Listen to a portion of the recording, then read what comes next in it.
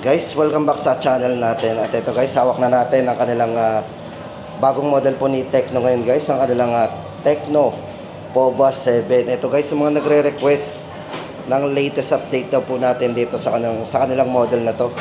Ito, tama-tama guys to, sa mga naghahanap ng budget po na pang gaming. Guys, ito ang kanilang Tecno. Ito, pang PUBG talaga to. Yan, sa mga mahilig maglaro ng PUBG guys, in collaboration ng PUBG. Ito guys, bigyan ko kayo ng mga specification nito. So ito guys yung design niya. Check natin mabuti yung design. Tapos guys, abangan natin ang update uli natin dito kay Tecno yung mga price update natin. Pero ngayon guys, ito pag-usapan muna natin ang kanilang POBA 7. So ito guys, marami nag-aabang nito.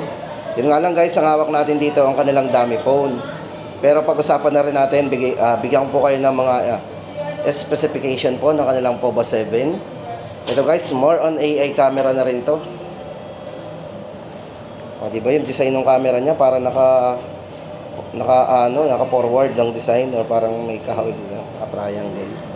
Ito guys, pagdating sa processor, si POBA 7 ay naka MediaTek Helio G100 Ultimate processor. Kung battery po ang pag-uusapan natin, napakataas po ng battery nito kasi ito po ay merong 7,000 mAh na massive battery o mega battery ang tawag niya.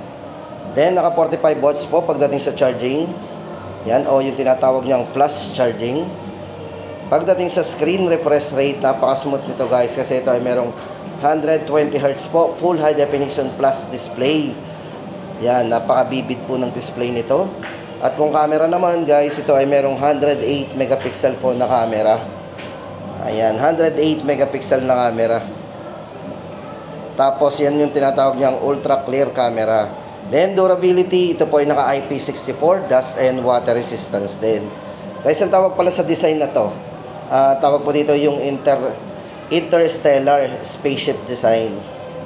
So yun dito po sa camera na yan. So tama-tama guys sa mga gamer kasi ito ay merong hyper gaming engine. So meron po siyang tinatawag na Magic Voice, Game Space, and Game Assistance. So ayan na guys ang inihintay natin. Pagdating sa presyo guys, yan, ito po ay napaka-affordable. 16GB RAM, 256. Ito po ay 7,999.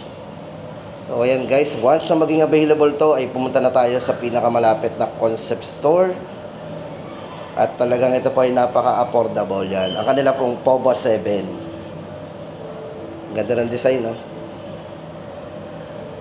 At yan guys, ang update natin. Sana nakatulong ako sa mga naghahanap po ng latest model po dito kay Tecno. Yan po yung bagong release na lang ngayon, POBA 7.